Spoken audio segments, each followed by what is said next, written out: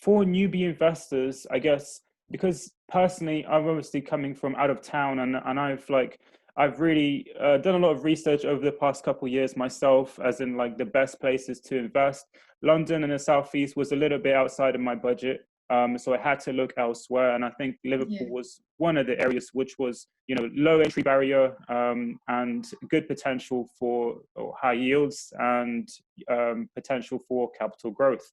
So as with a lot of out of town investors, I guess the only really place to gain information is the internet, and you've got all of these articles telling you that Liverpool is the best place to invest, number one for yields, and you don't really know anything else. And you go to Liverpool, but what are some of the mistakes that you've seen newbie investors make, newbie out of town investors make? Yeah.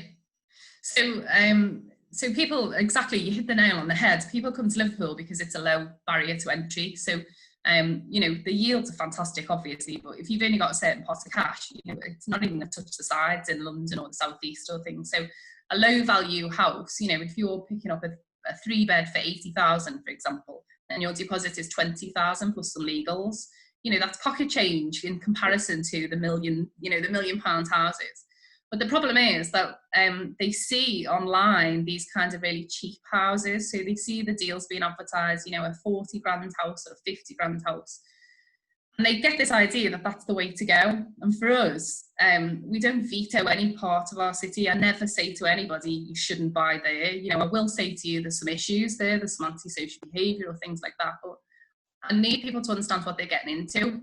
So if you're an arm's length investor from down south, and you're not going to be here all the time, and you go and buy a house in a really problematic neighbourhood, just because you're chasing this 12%, 13% yield or whatever, you've got to understand that that's going to come with headaches, and they don't sometimes. They think 12% is like average. It's not.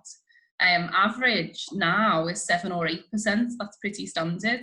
So the out of town investors are buying in those very cheap communities where there's high deprivation, there's a lot of tenants on housing benefits, there's antisocial behaviour issues, there's arson, there's graffiti, there's, fly tipping, there's all those problems.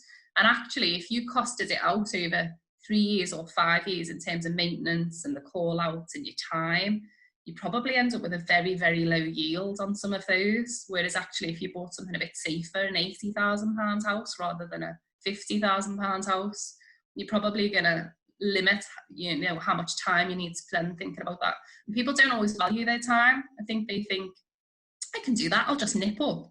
But it's an 8-hour round trip, or, overnight accommodation, food, away from home, all of those things that people don't always cost in.